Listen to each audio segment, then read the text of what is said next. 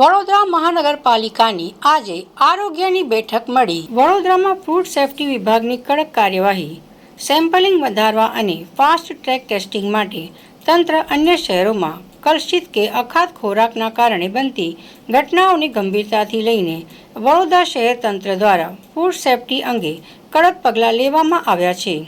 વડોદરામાં આવી કોઈ અપ્રિય ઘટના ન બને તે માટે food safety department, food inspectors અને સર્વેલન્સ ઓફિસર સાથે એક મહત્વપૂર્ણ સમીક્ષા બેઠક યોજવામાં આવી હતી. સિટીના ફૂડ સેફ્ટી ડિપાર્ટમેન્ટના ફૂડ ઇન્સ્પેક્ટર્સ અને ફૂડ સેફ્ટી ઓફિસર્સની મીટિંગ અત્યારે ટૂંકા સમય પહેલાં કરવામાં આવી છે.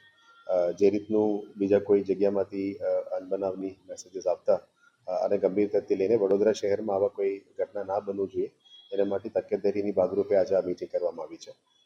સૌથી પહેલાં ફૂડ ઇન્સ્પેક્ટર્સનું કામગીરીને પણ અમે રિવ્યૂ કરવામાં આવ્યું અને કેટલા સેમ્પલ્સ લઈ રહ્યા છે, કેટલા લીગલ સેમ્પલ્સ અને કેટલા સર્વેલન્સ સેમ્પલ્સ લઈ રહ્યા છે એના ઉપર પણ અમે માહિતી મેળવી અને આવનારા દિવસોમાં મેક્સિમમ ટુ મેક્સિમમ સેમ્પલ્સ આપણે લેવા માટે દરેક ઝોનમાંથી, વોર્ડમાંથી લેવા માટે મેં સૂચના આપી છે.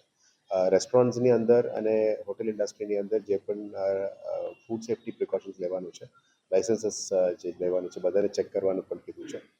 સાથે સાથ કિચન્સની અંદર જે ક્લીનલીનેસ, કિચનની સેફ્ટી કેવું છે, ક્લીનલીનેસ કેવું છે, લોકો ગ્લવ પહેરીને કામ કરે છે કે કેમ, ક્વોલિટી ઓફ ફૂડ મટીરિયલ જે વાપરે છે, કલર મટીરિયલ્સ છે, ઓઇલનું ક્વોલિટી, લારી ગલ્લાની અંદર પણ કેવી રીતે કામગીરી કરે છે, રેસ્ટોરન્ટ્સમાં કેવી રીતે કામ કરે છે, કેન્ટીન્સમાં પણ કેમ ચાલે છે, બધાનું ફૂડ સેમ્પલ્સ વધારે લેવા માટે અને ઓવરઓલ સર્વેલન્સને એક્ટિવેટ કરવા માટે પણ કીધું છે.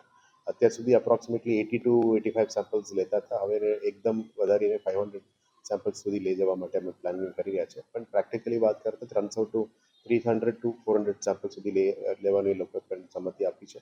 એમાં બે પ્રકારનો હોય છે, એક સર્વેલન્સ તરીકે પણ કરતા હોય છે અને ડિટેલ ડેટા અપલોડ કરતા લીગલ સેમ્પલ્સ પણ હોય છે. પણ હવેથી તકેદારીના ભાગરૂપમાં વડોદરા શહેરમાં ફૂડ ઉપર થોડું વધારના ગંભીરતાથી કામગીરી કરવા માટે એમને તમામને અમે સૂચના આપી છે અને ડેલી એની રિપોર્ટિંગ અને કોઝ ઓફ એક્શન અને what is action taken report daily submit કરવા માટે ડેપ્ટી કમિશનર હેલ્થને પણ અમે સૂચના આપી છે. ડેપ્ટી કમિશનર હેલ્થ રોજના રોજ એને રિવ્યૂ કરીને સારું કામગીરી કરવા માટે એમને તાકીદ